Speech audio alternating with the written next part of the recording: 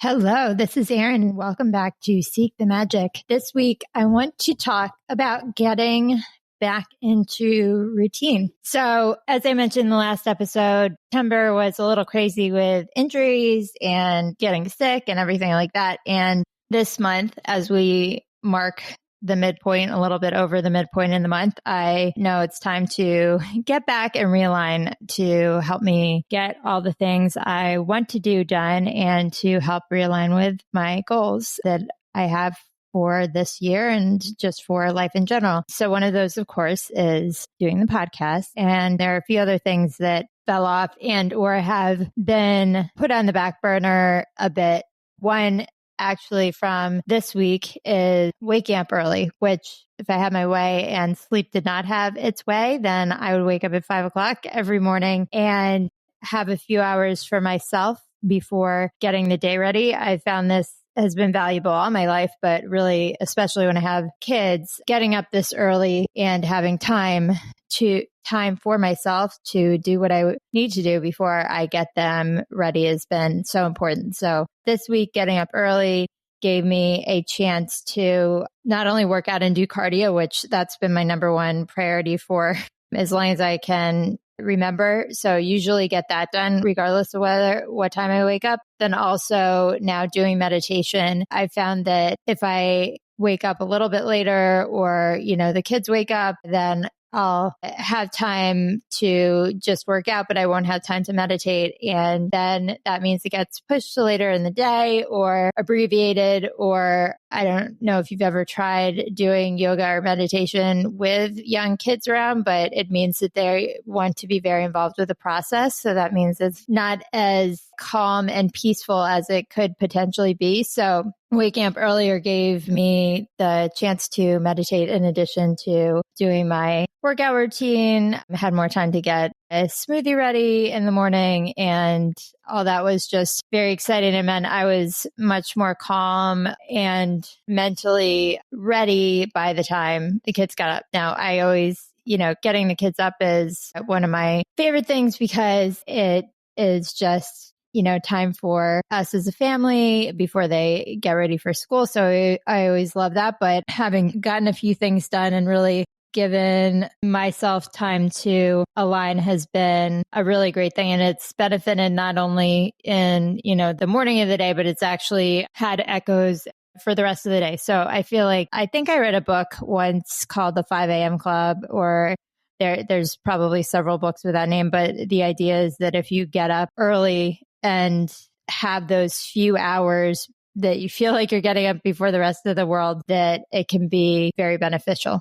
So how has it impacted the rest of these days? Well, I've had several things that I've also wanted to get done, including I'm training to be a breathwork facilitator and coach. And so I have to train and practice with people. And, that takes certain hours. And it also is a newer thing for me. So it's going outside of my comfort zone, which means that my brain resists it a little bit and would rather deprioritize it and or skip it. So this has the morning routine, and probably the combination of that and getting the meditation done has helped me feel more centered and has helped the part of me that really wants to get this certification and to help other people move forward, as opposed to the other reticent part of me that would rather just get other things done. So I've gotten that back on track this week, which is really great because it's something I want to get done by the end of the year. And now we're catching up.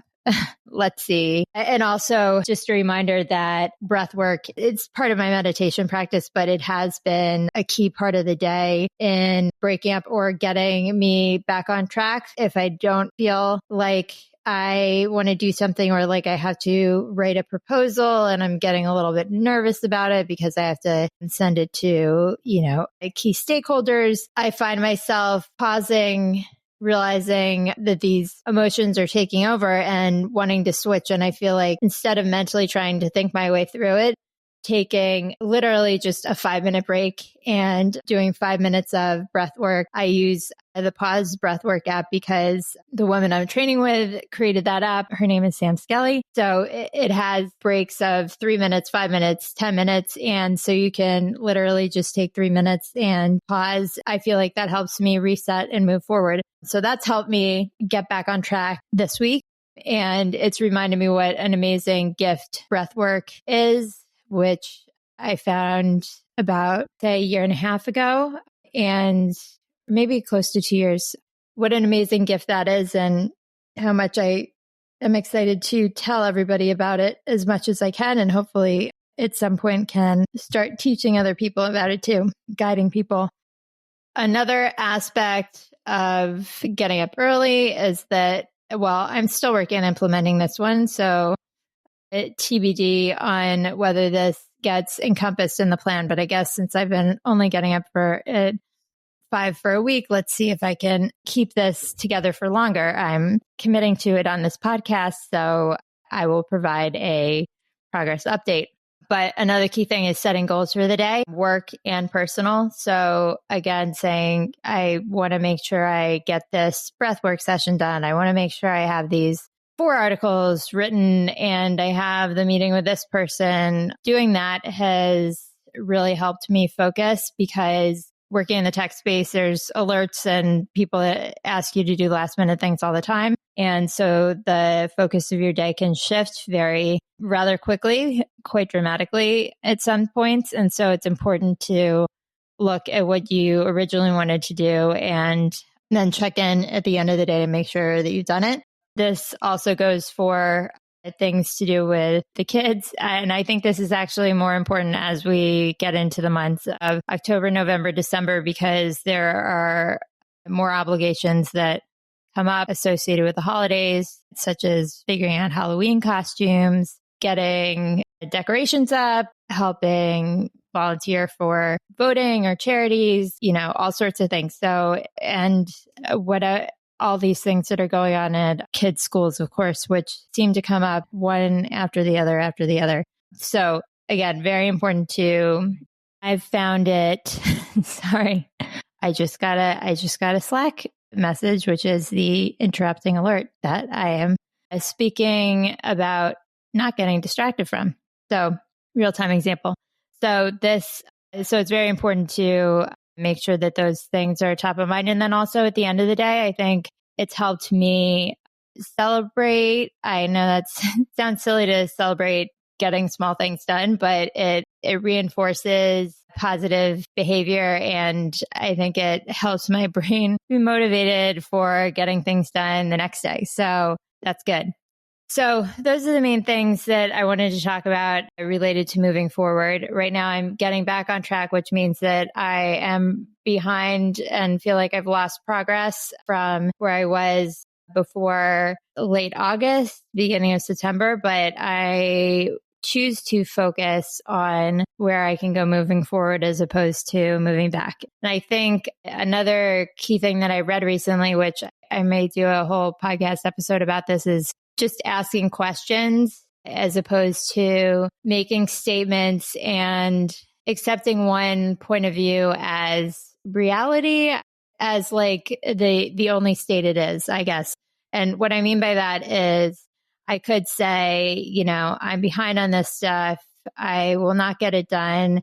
And, I won't be able to make this goal right now. Or I could say, what are the possibilities for moving forward with this? How could I do this? What would make a difference if I, try to catch up and meet the goal in time versus giving myself a little bit of extra time and seeing if there's a new deadline? So I think these things are helpful because it helps me recalibrate and not be so hard on myself. And in other non-personal development situations, it helps me broaden the scope of thinking about how to look at something. What are the various possibilities? How could we approach this from different angles? And so that's been helpful in finding creative ways to solve problems as well.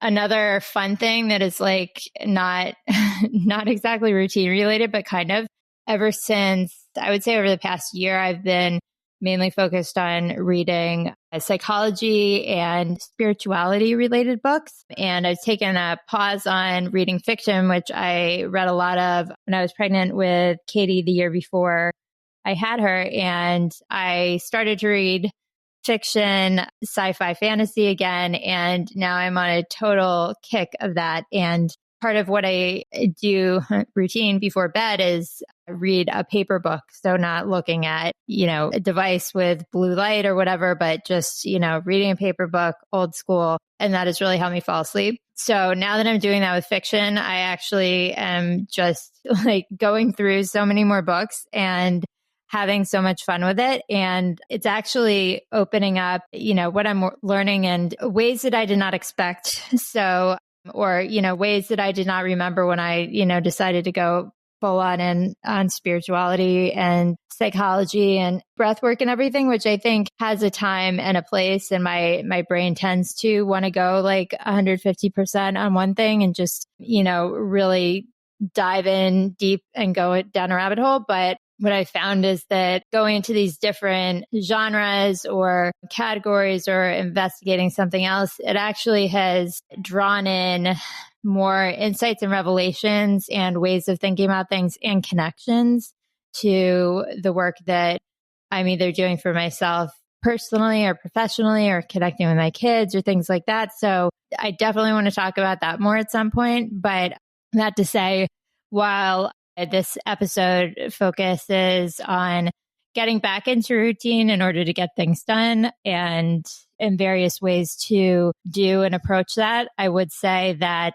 maybe this is another part of the routine is to go out of routine or just like trying new things and deviating out of your normal path, part of the routine. Incorporate that as part of what you do and how you go about things. And I think that there's certainly magic in creating the routine, in helping move yourself forward towards what you want to do and where you want to go. And then there's certainly magic in the unexpected surprises and in looking in places where you're not really sure why you're looking there, or, it doesn't have an expected outcome completely related to your goal, but you may find something wonderful there. So I hope you seek the magic in your day and your week. And thank you so much. Take care.